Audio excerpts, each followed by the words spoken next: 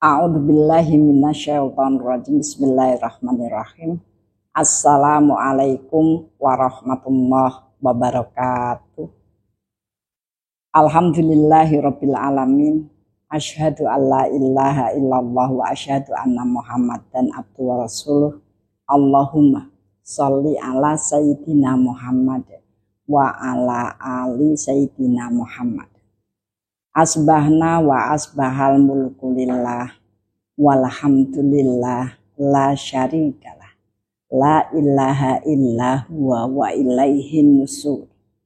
Asbahna ala fitratil Islam wa kalimatil ikhlas wa ala dini nabiyina Muhammadin sallallahu alaihi wasallam wa ala millati abina Ibrahim hanifa wa ma kana minal musyrikin. Allahumma inni asbahtu minka fi ni'matin wa afiyatin wa sitrin fa'atimma alayya ni'mataka wa afiyataka wa sitraka fid dunya wal akhirah. Amma ba'd. Ibu-ibu rahmatullah, alhamdulillahirabbil alamin. Segala puji bagi Allah yang telah menyampaikan kehidupan kita sampai pada hari ini. Kita berada di bulan haram kembali, bulan Dzulqa'dah, Dzulhijjah, kemudian Muharram. Kami mengingatkan kembali bahwa bulan haram adalah bulan yang diistimewakan.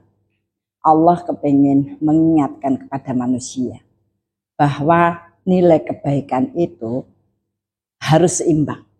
Bagaimana kita bisa menahan hal-hal yang jelek, hal-hal yang kurang bagus, dan mendorong kebaikan-kebaikan bisa kita lakukan.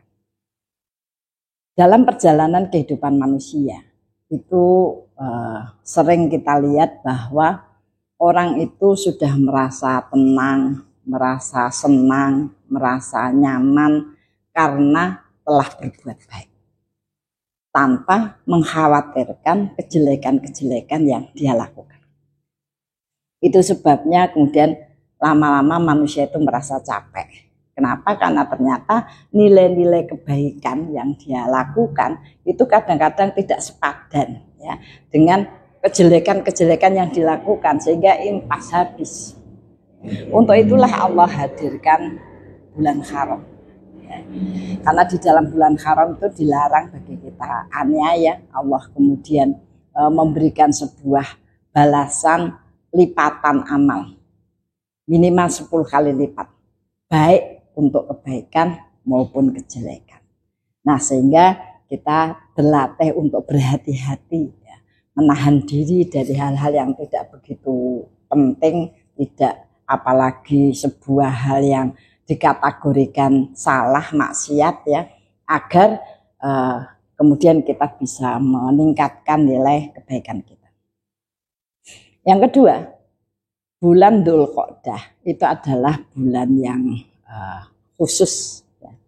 Kenapa? Karena memang kemarin kita sudah berjuang dengan jiwa ya ketika kita menghadapi bulan Ramadan. Kemudian datang bulan Syawal, maka kita berjuang dengan jiwa, raga, harta ya. Sehingga memang setelah Syawal itu orang banyak mengalami kelelahan ya. Baik kelelahan sebulan penuh dengan segala macam aktivitas kebaikannya, kurang tidur, kemudian Syawal kita pergi, kita harus meningkatkan kebaikan kita ya, membagi angpau dan lain sebagainya ya. Sehingga bulan Dzulqa'dah itu disebut bulan jeda. Kita disuruh istirahat sejenak, bukan berhenti, namun memulai kembali aktivitas-aktivitas kebaikan yang ringan, aktivitas-aktivitas kebaikan yang menyenangkan ya, sehingga kita berharap bulan ini kita sudah mulai kembali untuk membersihkan hati kita dengan zikir yang kita sukai, kita senang, kemudian menguatkan, dan kita berharap pada bulan Dzulhijjah itu sudah menjadi bagian kebiasaan yang kemudian Allah memberikan lipatan pahala. Kemudian selanjutnya bulan Dzulqa'dah memang dimulai kembali dengan berbagai ujian.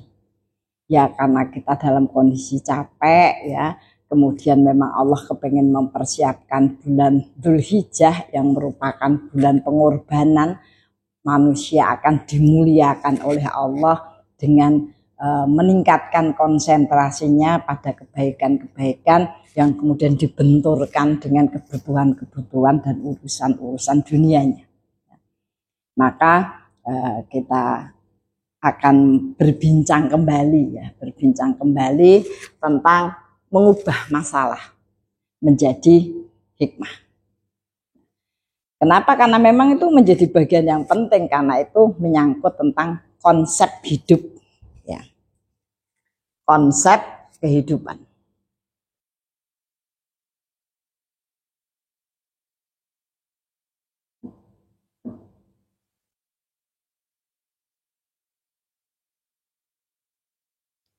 Konsep kehidupan.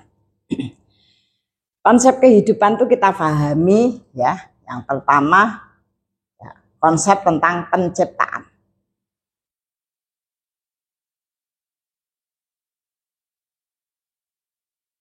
Yang berkuasa atas kehidupan itu adalah Allah, Al-Khaliq, Maha Pencipta. Nah, termasuk di dalamnya penciptaan itu adalah manusia. Penciptaan itu bentuknya manusia, ya, kita. Maka Allah sampaikan dalam isyarat dalam ayat dikatakan bahwa manusia itu diciptakan satu untuk ibadah. Dalam konsep ibadah Allah sampaikan dalam sebuah ayat, wa ma khalaqtul jinna wal insa illa liya'budun, ya, diciptakan manusia itu dalam rangka untuk beribadah. Kemudian dalam prosesnya, ya, dalam proses kehidupan, ya, dalam prosesnya, maka manusia itu disuruh berproses untuk menghasilkan ya amal yang paling baik. Prosesnya adalah ahsanul amalah.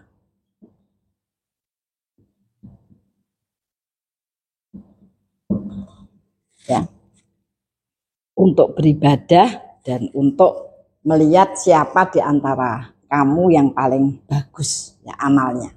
Nah, itu konsep penciptaan manusia itu akan dilihat dari ibadahnya dan dilihat dari kualitas amal yang dilakukannya. Nah, dua hal inilah yang kemudian akan menunjukkan kualitas iman. Ya, kualitas iman. Menunjukkan kualitas iman. Ya.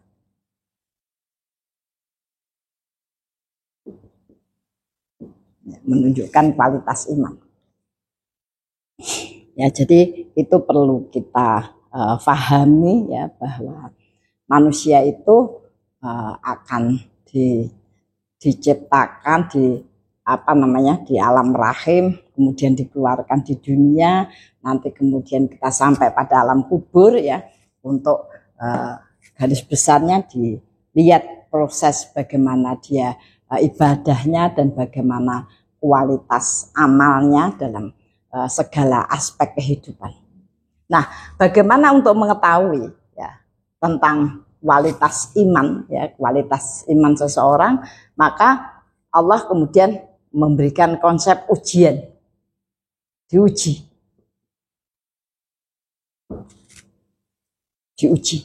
ya. Satu penciptaan kemudian kita akan diuji ya. Kenapa ya? Karena bagaimana kita mengetahui ya proses perjalanan kita sebagai manusia, bagaimana ketika kita menghadapi urusan dunia, bagaimana kita harus berjuang untuk membersihkan dan menegakkan amalan-amalan akhirat dan lain sebagainya. Itu akan nampak ketika kemudian seseorang itu diuji oleh Allah. Nah, diuji oleh Allah gitu ya. Nah, itu ada ujian itu ya. Bentuk ujian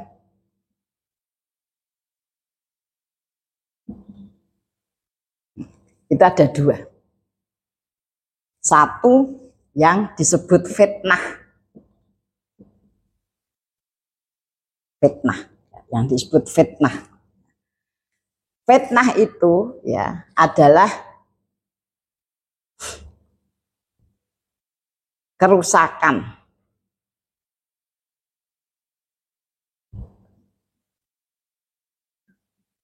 yang dilakukan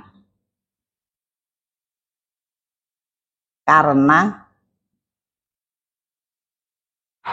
kesalahan kita. Karena kesalahan kita, ya, itu fitnah. Maka nanti dalam bahasa yang sering kita sebut ini disebut sebagai masalah. Manusia menganggap ini adalah bagian masalah. Kemudian yang kedua, ada ujian yang disebut mehnah. Mehnah itu artinya penguatan, ya, penguatan.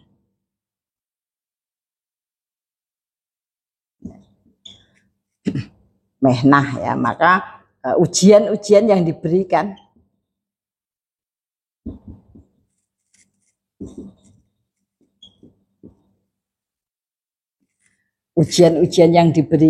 dalam rangka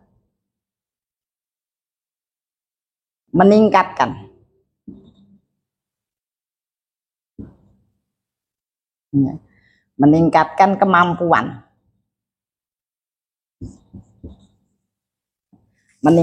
kemampuan, ya, meningkatkan kekuatan, ya, dan meningkatkan keterampilan.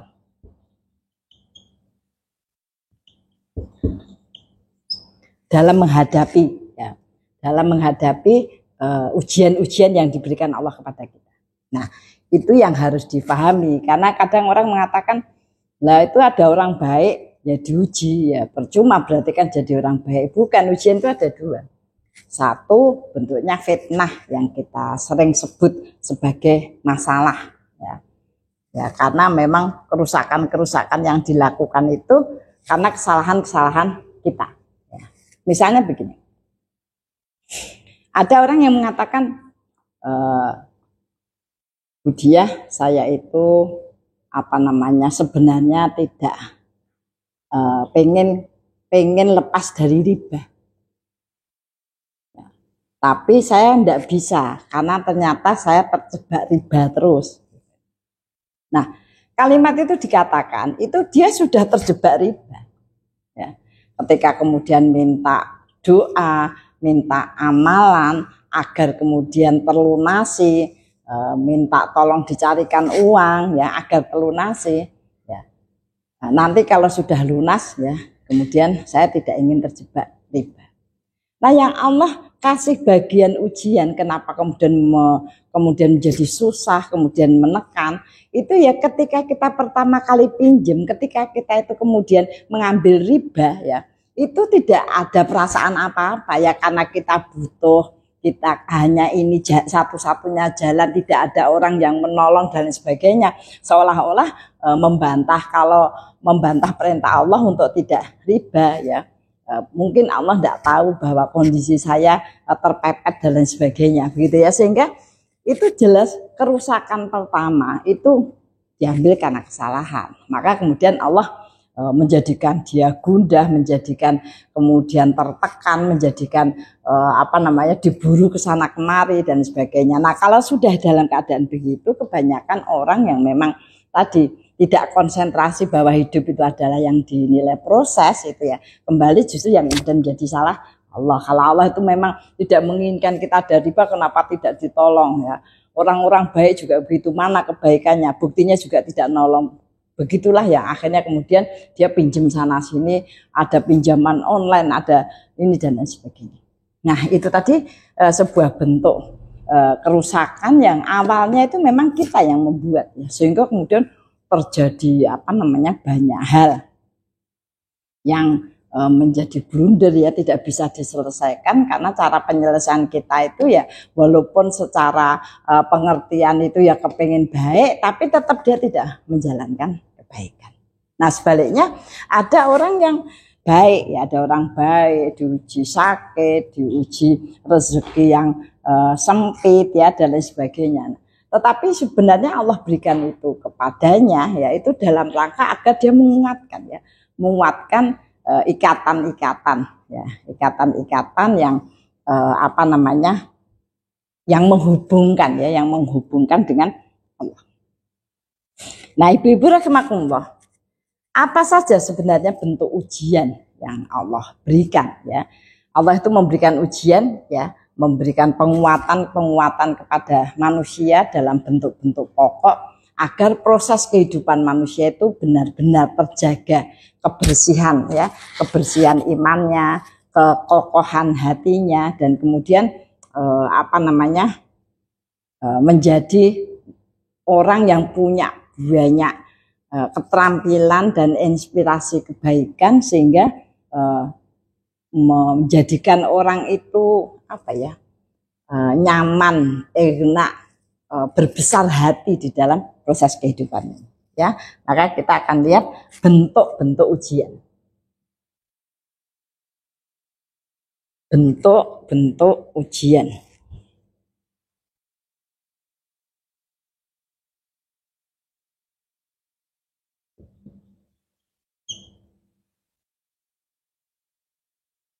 Bentuk-bentuk ujian.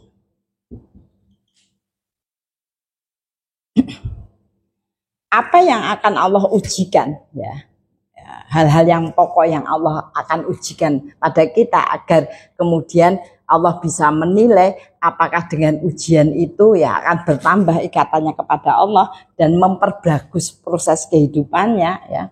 Yang pertama ya, ujian yang pertama itu adil. Ya, adil. Agama. Aturan-aturan.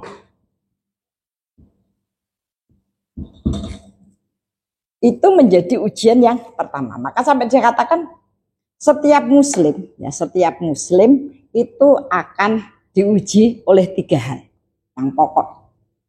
1, perintah yang harus ditaati. 2, larangan yang harus dijauhi. Yang ketiga, ketetapan yang harus diterima. Nah, itu bentuk aturan diniyah itu begitu. Makin ke sini ya, makin banyak juga orang-orang yang merasa bahwa yang penting itu aku hidup itu bisa mengembangkan diri ya. Kemudian bisa melakukan sesuatu yang baik ya.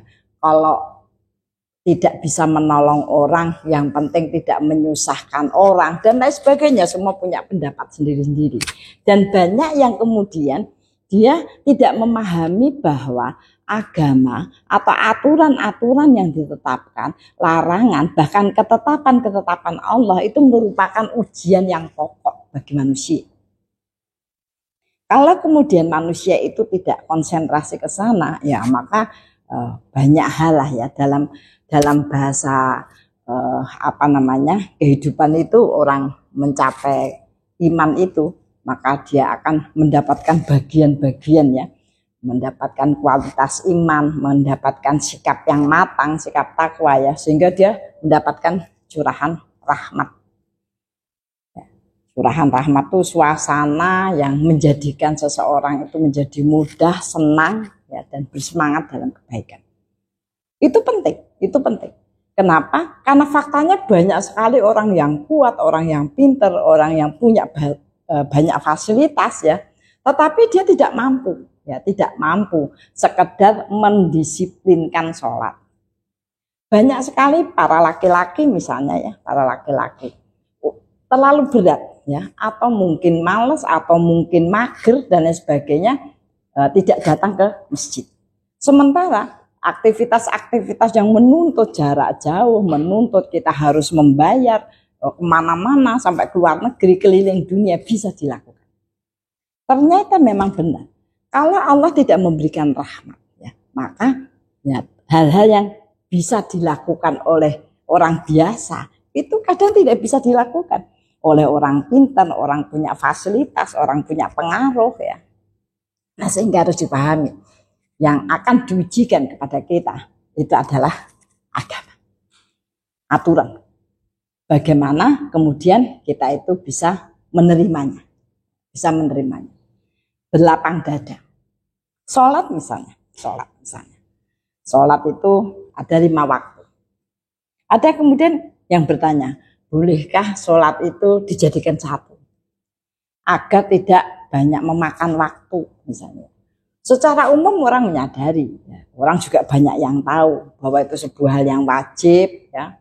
Kemudian tidak boleh ditinggal, ya, dengan aturan. Tapi pertanyaannya makin macam-macam. Ya. Ada orang yang merasa, yo nek saya itu ya, insya Allah kalau ada waktu, ada kesempatan, ya, insya Allah saya lakukan. Tapi kadang-kadang kata mereka, saya tidak punya kesempatan, tidak punya waktu, ya. Ada yang bilang ketiduran dan lain sebagainya. Ya. Maka ketika kemudian sholat yang menjadi bagian yang sangat menentukan, ya, terhadap kualitas iman, ya, kalau dalam bahasa yang lebih keren, yang menentukan kekuatan magnet kepribadian kita, itu ya bisa goyah, ya, bisa goyah. Artinya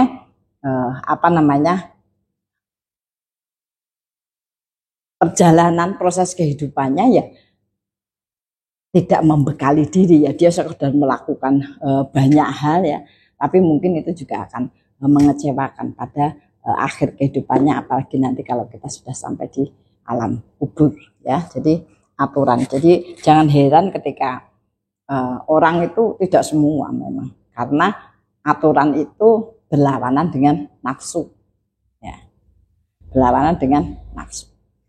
Disampaikan bahwa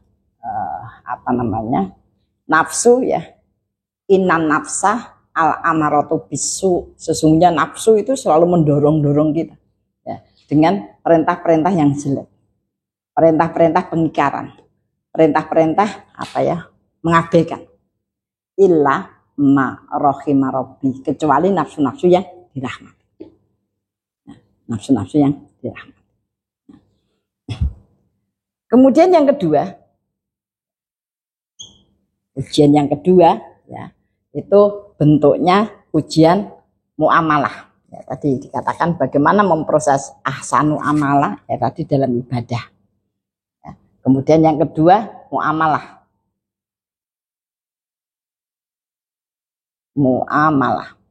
interaksi.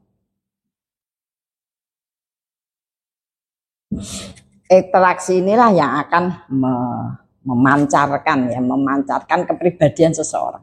Di dalam Quran banyak sekali disebutkan, ya, tentang kita disuruh berhati-hati, ya, ketika berinteraksi dengan, ya, keluarga, dengan pasangan, dengan keluarga, dengan anak, ya, karena itu merupakan bagian dari fitnah, ya, akan terjadi kerusakan apabila kita tidak memberlakukan mereka seperti yang dimaksudkan Allah, ya, dalam proses penciptaannya, ya. Interaksi itu ada, di situ disebutkan ada pasangan, ya, kemudian ada anak, ya, ada orang-orang mukmin, ya,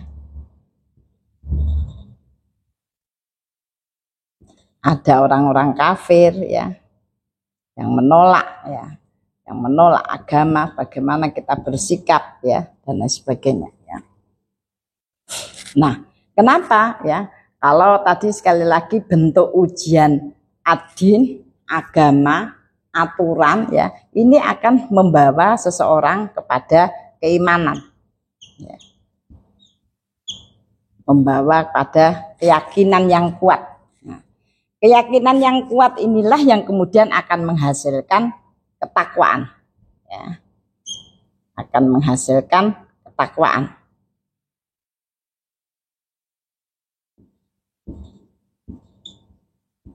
sikap, sikap takwa.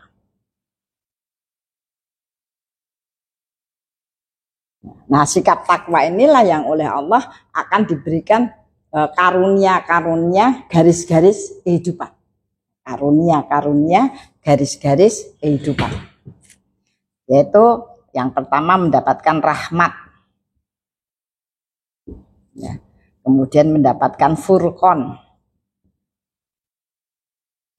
Rahmat tadi selalu diberikan suasana yang ya kita tidak bermasalah, tidak tertekan, tidak terbebani ya dengan perintah-perintah yang Allah berikan. Ya, dengan perintah-perintah yang Allah berikan. Furqon itu menjadikan kita itu orang yang punya pilihan-pilihan yang tepat. Dalam bahasa sekarang tidak bingungi gitu, tidak bingungi. Karena memang proses amaliyah itu, harga yang paling tinggi dari sebuah amaliyah itu ketika dia memang bisa beramal tuh terus menerus, kemudian menjadi kebiasaan ya, maka kebiasaan-kebiasaan itulah yang kemudian akan melejitkan, ya, akan melejitkan. Nah, pilihan-pilihan kita terhadap amal-amal yang harus dibiasakan, nah itu namanya dia diberikan furqon ya, ketajaman basirah untuk melakukan ya apa saja. Karena banyak amalan itu banyak sekali. Kalau orang itu bingungi itu ya, maka dia kepengen mengamalkan banyak tapi hilang semua. Ya, dia tidak mencapai pada sikap yang istiqomah. Nah, kemudian diberikan barokah. Nah, ini barokah. Barokah itu ziyadatul khair. Barokah itu ziyadatul khair. Bertambahnya kebaikan, ya, bertambahnya kebaikan. Kenapa ya? Karena pilihan-pilihan tadi. Ada seseorang itu yang dia merasa bahwa Allah mengilhamkan ya kepadanya bahwa orang itu kalau bisa tenang, artinya tidak emosi, bisa lapang dada ya, maka dia itu akan punya pilihan tepat dan punya kemanfaatan yang besar. Begitu, menurut pikiran dia. Lalu kemudian dia di samping sholat 5 waktu, ya, kemudian dia berzikir, dia di pengajian diberikan ilmu bahwa ketika kita itu punya tabungan, ya, kita itu punya tabungan tasbih, subhanallah, subhanallah, subhanallah, subhanallah, maka tabungan tasbih itulah yang menjadi sebab Allah itu memudahkan dia lapang dada. Kemudian wirid tahmid, alhamdulillah, alhamdulillah, alhamdulillah, alhamdulillah, yang menjadikan Allah itu menjadikan kita selalu bisa menikmati, ya. Apa saja, ya, karena keadaan hidup itu berbeda-beda, suasananya berbeda-beda, ya. Sekarang banyak sekali makanan, banyak suasana pariwisata yang banyak gitu, bukannya menjadi orang itu seneng ya, ternyata ya bikin banyak penyakit dan orang pusing, faktanya begitu ya, sehingga kenapa mungkin ya karena awalnya prosesnya pilihan-pilihannya yang kurang tepat ya, memang terlalu banyak, segala sesuatu yang terlalu banyak itu ya akan mengguncangkan keseimbangan kita gitu. Maka tadi itu kemudian dia merasa sudah sholat kemudian wirid itu masih sering terjadi banyak bentuk ya. Dia merasa hatinya itu nggak pernah plong gitu, nggak pernah lapang. Ya banyak hal itu tentang pekerjaan, tentang keluarganya, tentang anaknya, tentang sekolah anaknya, macam-macam. Maka kemudian dia memilih menambah kembali setiap pagi dia mengambil wirid tasbih ditambah 100 selain sholat. Subhanallah, subhanallah, subhanallah. Dan tahmid, alhamdulillah, alhamdulillah, alhamdulillah, itu menjadi bagian yang selalu dimasukkan ke dalam hatinya, sehingga tanpa terasa dalam waktu yang panjang dia lakukan, itu menjadikan dia punya keberkahan yang banyak. Ya. Ketika kemudian dia bisa melapangkan dada, ternyata kemudian Allah berikan banyak kebaikan ya, banyak kebaikan yang datang. Ternyata tidak usah menyelesaikan masalah, tidak usah menasehati anaknya, tidak usah terlalu banyak ngomong. Itu banyak sekali masalah-masalah yang kemudian teratur ya setelah tadi dia menjalankan. Itu yang dinamakan keberkahan dalam amal. Kenapa? Karena yang pilihannya tepat. Ada kalanya kita tuh milih yang sulit. Kenapa ya? Karena dia pengen berdoa dengan itu maka hilang semua persoalannya gitu. Tidak ada dan tidak bisa. Ketika kita memilih amalan-amalan yang sulit ya, membaca berapa ratus, berapa ribu ya. Kemudian menyebabkan kita capek. Nah, maka timbul banyak keluhan. Sudah kita sampaikan, orang yang bisa menahan diri dari keluhan, maka dia akan membangun ya, masa depan yang mudah, masa depan yang punya banyak ya kebaikan, keberkahan.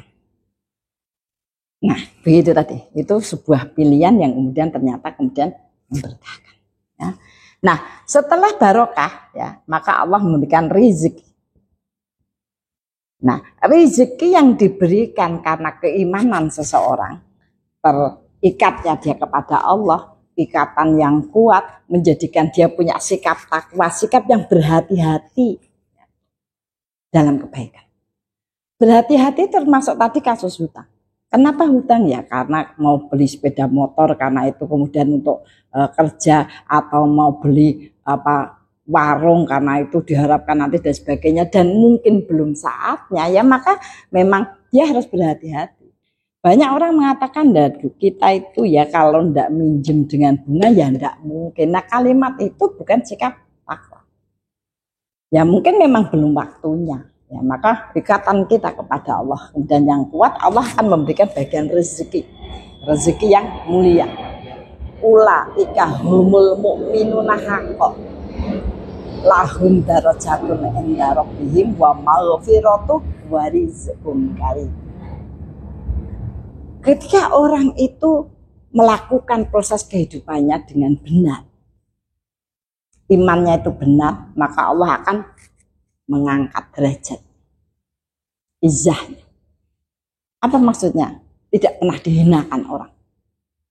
Ya walaupun ya tidak punya segala macam, tidak dihinakan. Ya. Ditutup kesalahannya, dipancarkan kebaikannya. Ditutup kesalahan itu artinya dia memang tidak dibahas kesalahan-kesalahan. Warizqun karim, diberikan rezeki yang mulia. Apa tuh rezeki yang mulia? Adalah rezeki yang diberikan kepada seseorang, dan dengan rezeki itu maka dia semakin banyak bisa berbuat baik. Bukan rezeki buat makan, bukan rezeki buat sehari-hari. Berkah itu ziyadatul khair. Maka orang yang sudah sampai kepada keberkahan, milih segala sesuatu itu tepat, maka akan diberikan rezeki yang mulia, yaitu rezeki yang selalu bisa menambah kebaikan. Kalau kita tuh punya uang kemudian hanya bisa memenuhi kebutuhan kita, itu masih uang yang kamu usahakan.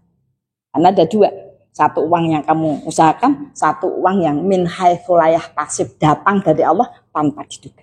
Uang itulah yang kemudian menghasilkan ya rezeki yang bisa dibuat untuk kebaikan yang banyak. Nah, kemudian yang selanjutnya diberikan kemudahan.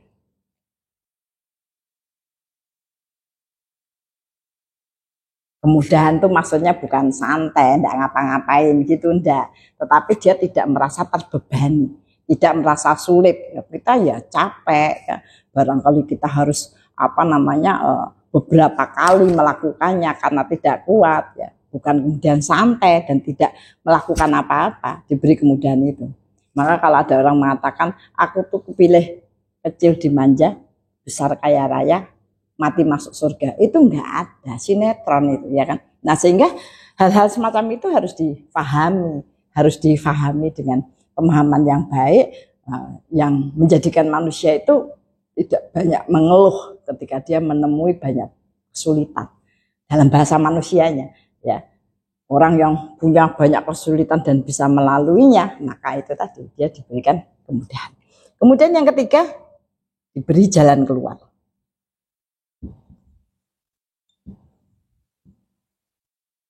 Diberi jalan keluar.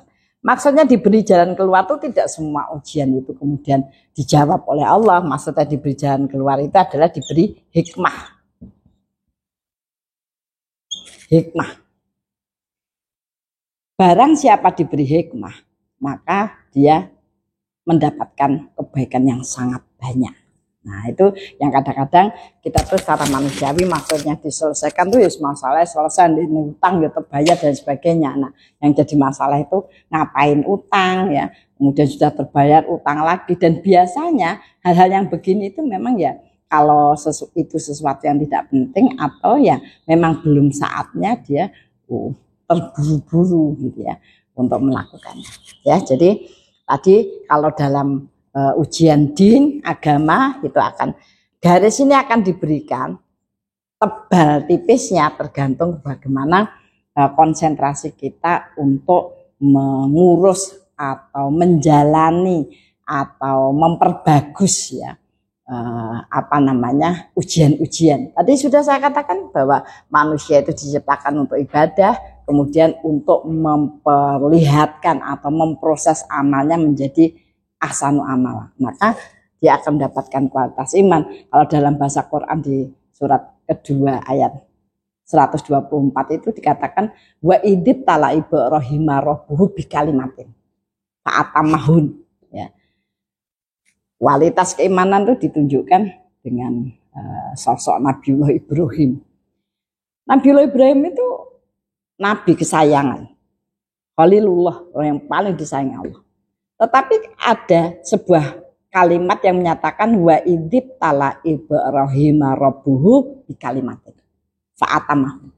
Ibrahim itu diuji dengan berbagai kalimat perintah dan beliau menyempurnakan untuk menyelesaikan itu dan berefek pada berbagai kebaikan. Ya, jadi tadi ini harus menjadi bagian kalau kemudian kita tuh sampai dapat duit saja, berbuat baik saja tidak bisa, itu ada yang tidak beres dalam pelaksanaan ibadahnya, pelaksanaan aturan-aturan yang Allah berikan kepadanya.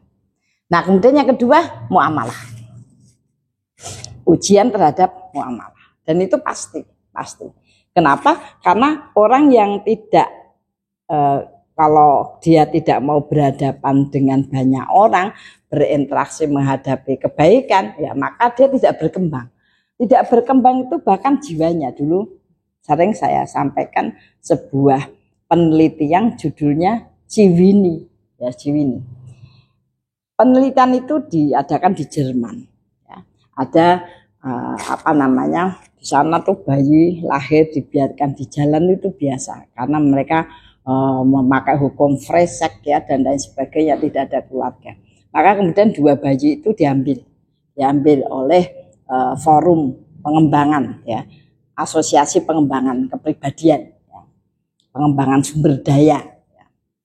Nah, satunya ditempatkan di keluarga yang sedang, ya, menengah ke bawah, ya. Anaknya banyak, fasilitasnya terbatas. Nah, si Winnie ini ditempatkan di tempat rumah orang kaya. Ya. Di sana itu penelitian apakah benar orang itu mendapatkan masalah dari orang lain dan lingkungan itu justru stres apa berkembang. Maka tadi si Winnie itu dijauhkan dari masalah. Kalau yang satu ada di rumah anaknya banyak sehingga ketika mandi rebutan, makan rebutan, mau tidur geger dan lain sebagainya. Yang si Winnie itu ditempatkan di kamar tersendiri, sejak kecil dibelikan semua ya barang-barang mainan, tetapi tidak diajak komunikasi. Bahkan yang dulang itu yang ngopeni, suster yang ngopeni itu tidak boleh berekspresi. Dia diem aja, yang dulang itu tidak berkata, diem aja ekspresi. Nah, ternyata ya anak yang ada di rumah orang biasa tadi dengan setiap hari mengalami masalah itu berkembang sangat cepat.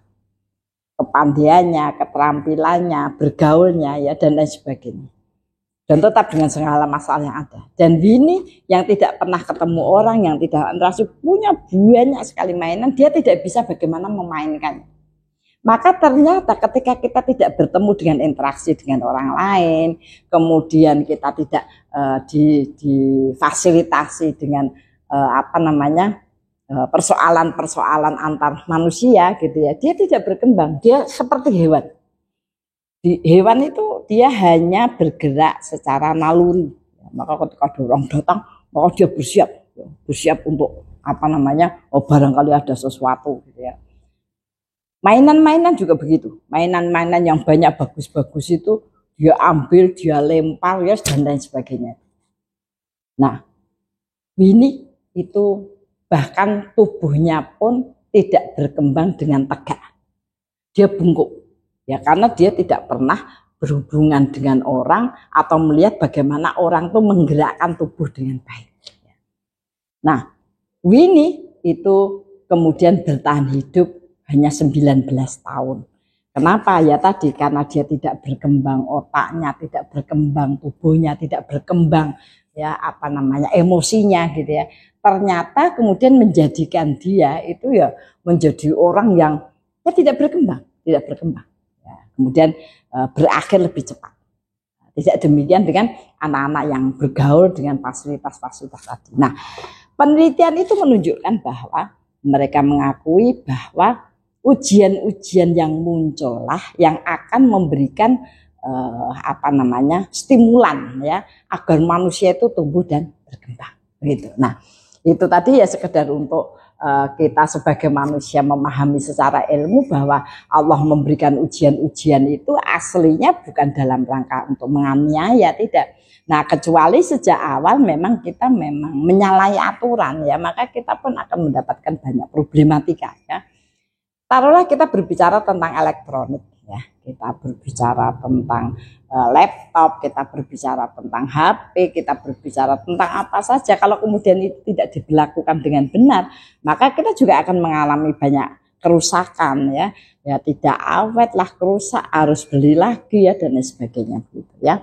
Nah, interaksi dengan manusia, ya interaksi dengan pasangan, interaksi dengan anak, ya orang-orang mukmin, orang-orang kafir itu dimaksudkan agar kita itu berkembang, ya, agar berkembang,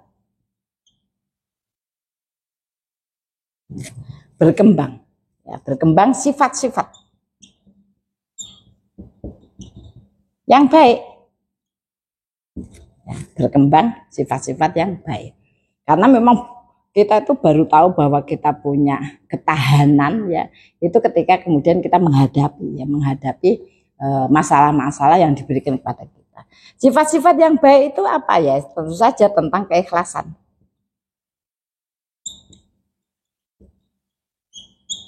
Yaitu memberitahukan pada diri kita bahwa hidup itu ya memang untuk Allah, yang menciptakan Allah, kita kembali ke sana ya.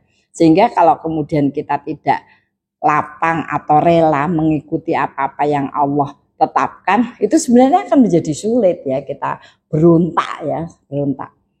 Sibghatallah wa man ahsanu minallahi sibghah. Ya.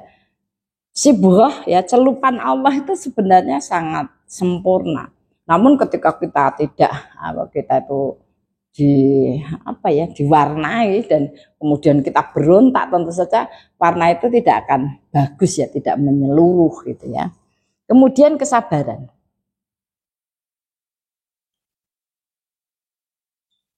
Ya. Kenapa? Ya, sampai dikatakan keikhlasan itu ya, orang yang mencari mardotillah, mencari ridho Allah, itu oleh Allah akan ditemukan banyak jalan. Pasti pinter ya, atau orangnya itu punya ketepatan. Bahkan kalau dalam bahasa kiai itu ya, orang-orang yang selalu terhubung dengan banyak masalah, selalu kembali kepada Allah dan sebagainya, seolah-olah kemudian dia punya kekuatan lebih seperti indera keenam gitu ya. Kenapa ya? Karena memang orang yang ikhlas itu ya, waladina jahadu fina lanahdiyanahum subulana innallaha lama'al muhsinin ya. Allah itu kalau kamu bersungguh-sungguh untuk mencari ridho Allah ya, maka kemudian Allah akan berikan kepada kita banyak jalan. Banyak jalan. Ya. Banyak jalan, kemudian banyak inspirasi. Ya. Itu yang akan dijanjikan, sehingga orang yang ikhlas itu bukan orangnya kemudian desip ya. Wong ora kreatif itu enggak, pasti tidak. Ya. Kalau kemudian terjadi begitu itu ada kekeliruan. Ya. Orang yang sabar itu orang yang mendapatkan balasan tanpa batas. Tanpa batas. Ya, orang sabar untuk menunggu ya. Ketika ada seseorang itu ya, kejadian tukang becak itu ya, dia tidak pernah berpikir, wah saya berdoa terus ya Allah semoga saya bisa naik haji gitu ya. Tidak. Mungkin kalau toh itu belum jatahnya ya belum. Dia berusaha mendekat pada Allah. Ketika kemudian istirahat nggak ada penumpang, maka dia baca Quran. Terus begitu dia lakukan, ya. Terus begitu dia lakukan. Bahkan dia bisa mengatamkan 10 hari sekali. Dan Allah berikan karunia kesabaran itu. Dia tidak mengeluh, wah gue dadi tukang becak, wis ra iso ngopo-ngopo, ra iso piknik, enggak. Dia jalan saja kehidupan itu dengan baik, dengan benar. Maka kemudian Allah karuniakan hadiah kesabaran ketika kemudian dia ternyata dihajikan oleh seseorang. Kalau dipandang orang mengatakan kok iso ya, padahal tukang becak iso haji. Itu namanya kesabaran. Kesabaran itu balasannya tanpa batas. Yang namanya tanpa batas itu tidak bisa dipikir. Itu tanpa batas. Ada orang mengatakan, wah, kowe iki kok ketoke ndak punya capek, tak ndek kesel. Gak ada lah, orang pasti punya capek. Itu berarti balasan dari kesabarannya itu mulai didapat. Sesuatu yang tidak mungkin. Ada seorang pembantu rumah tangga. Suaminya tukang sampah. Begitu dia kepingin ya bisa berbuat atau menyempurnakan perintah Allah. Ya tadi menyempurnakan dalam bahasa mereka haji. Namun ketika kemudian datang Dzulhijjah belum bisa haji, tabungannya itu buat beli korban. Kemudian ternyata dia mendapatkan tambahan-tambahan terus. Ya, entah dikasih orang, entah dikumpulkan, sabar ya berpuluh tahun. Maka kemudian istrinya itu bilang sama suaminya, Pak aku tuh kan wis nabung, aku meh daftar haji untuk enggak. Maka kata tukang sampah itu mengatakan, lagi kan di tabungan piro kayak meh daftar haji ya. Itu tukang sampah. Ya. Anda tahu? Ya, itu tukang sampah. Tukang sampah nah kamu punya ini berapa kok mau daftar haji? Maka kemudian dikatakan aku punya uang 15 juta. Nah, punya uang 15 juta. Kaget suaminya. Dan Allah pun telah memberikan hidayah kepada suami itu dengan mengatakan, loh kau itu punya 15 juta malah dibuang-buang untuk haji enggak. Kemudian tukang sampah itu mengatakan, kamu yang berniat lebih baik, lebih kuat, dan kamu yang diberikan rezeki, maka kamu sajalah berangkat. Kemudian ketika dia itu mau berangkat, ya, mau daftar, itu ini tuannya dia mengatakan, lah kowe iki rumangsamu nek haji daftar ngono terus iso mangkat ya ora, harus nunggu waiting list ya. Kata pembantu itu niku nopo gitu, itu apa? Kowe nunggu ora iso langsung mangkat ya gitu. Oh nggih, cuman kita jadi tetap daftar. Dan saat dia daftar itu ada orang yang meninggal sehingga dia langsung dimasukkan. Dia pulang. Bu, wong ini nanti suruh kumpul 2 minggu lagi ya Bu. Itu sudah kemudian berangkat. Ya. Kata apa namanya, tuannya itu mengatakan, lah kok iso, ya itu tak mungkin, lah ini undangannya, ya kok iso itu. Nah itu hadiah dari kesabaran, sesuatu balasan yang tanpa batas, tidak bisa dipikir. Kenapa bisa begitu? Kenapa? Karena memang kesabaran itu sesuatu yang memang oleh Allah dibuat bagaimana orang bertahan pelan-pelan. Nggak ada sabar seminggu 2 minggu itu. Sabar itu dibuat pelan-pelan ya, sehingga dia memang punya jiwa yang kuat. Kemudian kenapa Allah berikan hadiah tanpa batas? Ya karena dia sudah menjadi orang yang punya ketahanan yang kuat ya. Tidak kemudian sombong, tidak kemudian apa namanya, punya banyak angan-angan yang macam-macam, tidak. Allah sangat tahu. Apakah itu sekedar dia kepingin ya mendapatkan balasannya, atau dia memang benar-benar sabar. Maka Allah akan uji dengan segala macam hal, terutama dalam muamalah. Diuji dengan pasangan, diuji dengan anaknya, diuji dengan teman-temannya, terus menerus. Namun ternyata jiwanya itu semakin bersih, furqannya semakin kuat, semakin tahu apa yang harus dilakukan pada saat hal-hal yang terjadi kurang enak dan sebagainya. Nah, kemudian dia berkembang ya sikap tawakal. Tawakal itu apa? Tawakal itu adalah orang yang sudah bisa konsentrasi pada proses. Dia tidak pernah kecewa dengan hasil. Dia lapang menerima segala sesuatu yang menjadi ketetapan Allah dari upaya seberapapun yang dia lakukan. Ketika orang itu sudah konsentrasi pada proses, walaupun kita ditunjukkan hasil, namun hasil itu untuk memperbaiki proses kembali ya, maka Allah mengatakan waman tawakal 'ala Allah wa huwa hasbuh. Barang siapa bertawakal kepada Allah, maka Allah akan mencukupkan seluruh kebutuhannya untuk menegakkan kebenaran, kebaikan, dan akan diselamatkan sampai akhir. Ya. Kemudian yang ketiga, ujian terhadap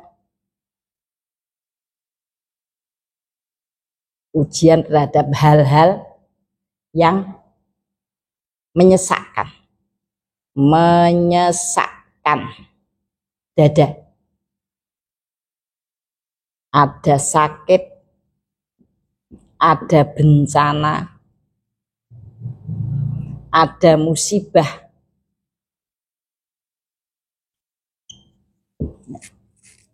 Itu tidak pernah lepas dari proses kehidupan manusia ya. Karena apa? Allah kepingin memastikan bahwa manusia itu kembali dalam keadaan yang sebaik-baiknya. Nah, sehingga akan dipergilirkan ya, bagaimana dia sakit, ada bencana, musibah, kekurangan ya. Kekurangan ya, dan lain sebagainya. Ibu-ibu rahimakumullah, yang terakhir kita akan membahas tentang bagaimana kita mengolah ujian. Saya hapus yang atas.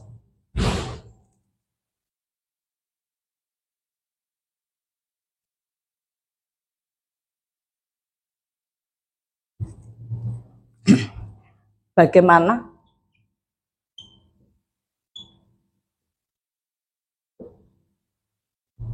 mengolah ujian-ujian. Bagaimana kita mengolah ujian-ujian. Yang pertama, kalau yang datang adalah fitnah,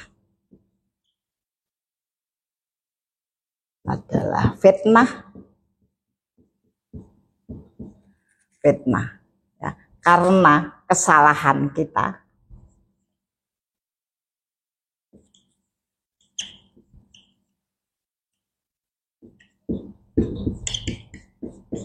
ya, yang datang itu adalah fitnah ya, salah satu yang perlu kita pahami ketika kita diuji ya, itu tanda-tandanya adalah doyikun khoroja. Allah itu membuat dada kita sempit, tidak nyaman.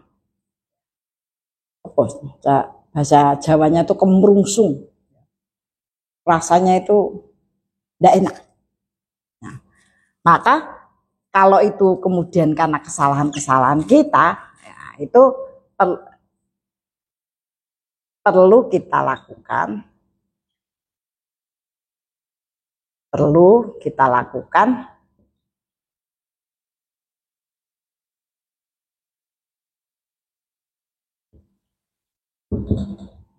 evaluasi, ya, yaitu menyadari letak kesalahannya.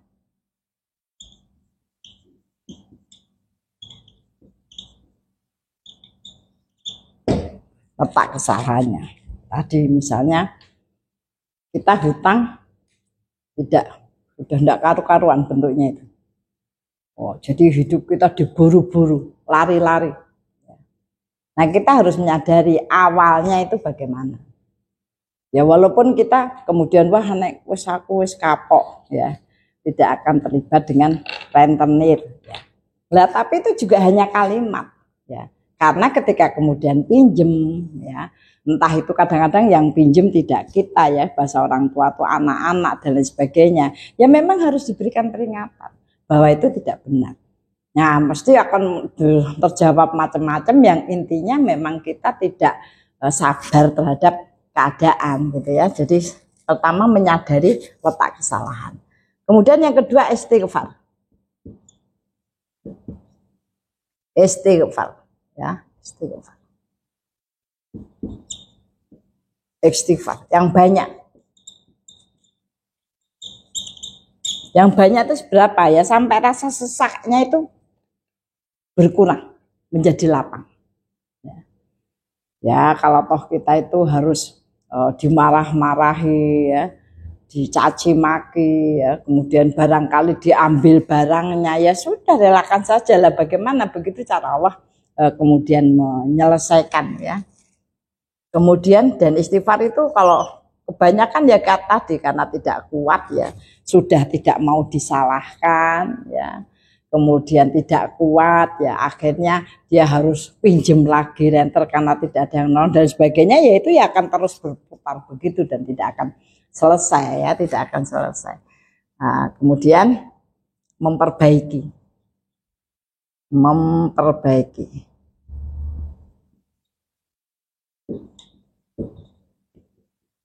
Nah, memperbaiki diri yang bagus, maka Allah pun akhirnya akan menemukan dia dengan orang-orang yang baik, keadaan yang lebih baik ya. Tapi memang mungkin tidak bisa lama, prosesnya itu cukup lama ya, tidak sekaligus. Karena Allah memang kepengen melihat bagaimana kesabaran dia dalam kembali dalam kebaikan, bagaimana ketawakalannya sampai kemudian selesai ya. Begitu.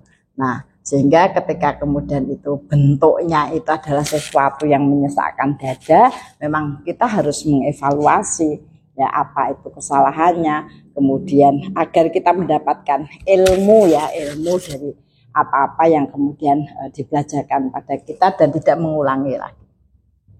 Tidak mengulangi.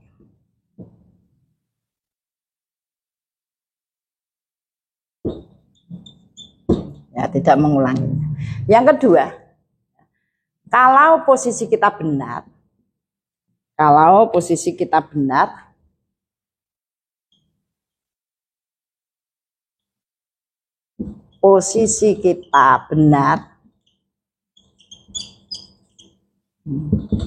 maka yang perlu kita lakukan adalah satu, lapang dada, ya, lapang dada.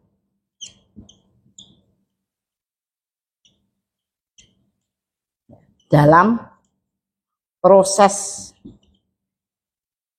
ya, dalam proses pengujian Ya, kadang-kadang kita diuji, ya keluarga sakit, gonta-ganti ya, diuji ya, banyak hal-hal yang tugas-tugas yang dibebankan pada kita diuji ya, memang harus kita hadapi ya lapang dada, kemudian semakin mendekat pada Allah untuk memohon kekuatan.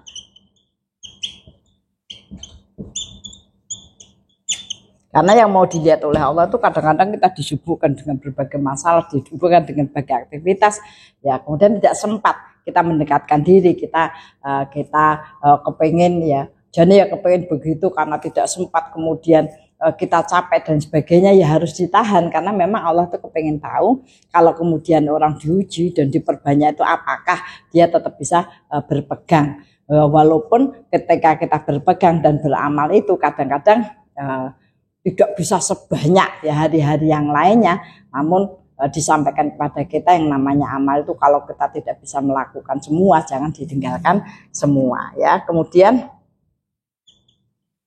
mengembangkan ilmu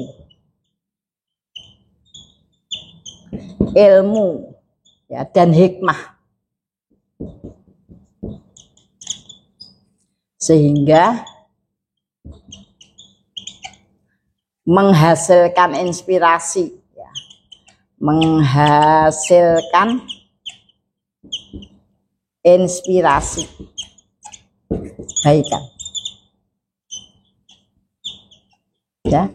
Jadi setiap kali kita diuji, maka banyak sekali ilmu yang kita dapat dan banyak sekali inspirasi yang didapat oleh orang lain ya, sehingga Allah mengokohkan ya kepada manusia bahwa sesungguhnya semakin banyak ujian yang diberikan, maka semakin meningkat kualitas kehidupan seseorang. Ibu-ibu, begitu barangkali yang bisa saya sampaikan, mudah-mudahan bisa menambah kefahaman kita, menguatkan ya jiwa kita agar tidak menjadi jiwa yang rapuh ya dan terbelenggu dengan banyak masalah. Mari ibu-ibu kita tutup dengan doa, mudah-mudahan Allah berkahkan ya kehidupan kita, lembutkan jiwa kita dalam kebaikan. Ilahadiniyah wa fi ridhoillah bi barakatil Fatihah. A'udzubillahi minasyaitonirrajim. Bismillahirrahmanirrahim. Alhamdulillahirabbil alamin arrahmanirrahim maliki yaumiddin. Iyyaka na'budu wa iyyaka nasta'in ihdinas siratal mustaqim. Siratal ladzina an'amta 'alaihim ghairil maghdubi 'alaihim waladdallin. Bismillahirrahmanirrahim. Hamdan syakirin, hamdan na'imin, hamdan yuafi ni'amahu wa yukafi'u mazid. Rabbana lakal hamdu kama yanbaghi li jalali wajhika wa 'azimi sultanik. Raditu billahi rabba wa bil islami dina wa bi muhammadin nabiyya wa rasulah. Rabbana dolamna anfusana wa ilam taghfir lana wa tarhamna lanakunanna minal khasirin. Rabbana ighfir lana wa li ikhwanina alladziina sabaquna bil iman wa la taj'al fi qulubina ghillan lil ladziina amanu rabbana innaka ra'ufur rahim. Rabbana la tuzigh qulubana ba'da idh hadaitana wa hab lana min ladunka rahmah innaka antal wahhab. Rabbana hab lana min azwajina wa dzurriyyatina qurrata a'yun waj'alna lil muttaqina imama. Rabbi firli wali walidayya warhamhuma kama rabbayani shaghira. Allahumma inna nas'alukal huda wa tuqa wal afafa wal ghina. Allahumma inna nas'aluka salamatan fid din wa afiatan fil jasad wa ziyadatan fil ilmi wa barakatan fi rizqi wa taubatan qoblal maut wa rahmatan indal maut wa maghfiratan ba'dal maut. Allahumma hawin alaina fi sakaratin maut wa najatan minan nar wa afaindal hisab. Allahumma inna nas'aluka ilman nafi'an wa rizqan thayyiban wa amalan mutaqabbalan. Allahumma inna nas'aluka sabata fil amrina wa nas'aluka azimata rusdi wa nas'aluka syukra ni'mataka wa husna ibadatika wa nas'aluka lisanan shadiqan wa qalban salima wa khuluqan mustaqima wa na'udzubika min syarri ma ta'lam wa nas'aluka min khairi ma ta'lam wa nastaghfiruka mimma ta'lam innaka antal alamul ghuyub. Allahumma ja'alna muqimas shalah wa min dzurriyyatina. Allahumma ja'alna mafatihal khair wa maghliqa syarri fi kulli zaman wa makan wa ma'kulli insan. Allahumma ja'alna minal ladina idza ahsanu istabshiru wa idza sa'u istaghfaru. Allahumma ja'alna fi musibatin ajran katsira wa sabrun wa rahmah wa hikmah wa barakah. Rabbana atina min ladunka rahmah wa hayyi lana min amrina rasyada. Rabbana atina fid dunya hasanah wa fil akhirati hasanah wa qina adzabannar. Subhana rabbika rabbil izzati amma yasifun wa salamun alal mursalin walhamdulillahi rabbil alamin. Kita tutup dengan kafaratul majlis. Subhanakallahumma wa bihamdika asyhadu an la ilaha illa anta astaghfiruka wa atubu ilaik. Alhaqqu rabbik wa takunana minal mutarin minkum. Assalamualaikum warahmatullahi wabarakatuh.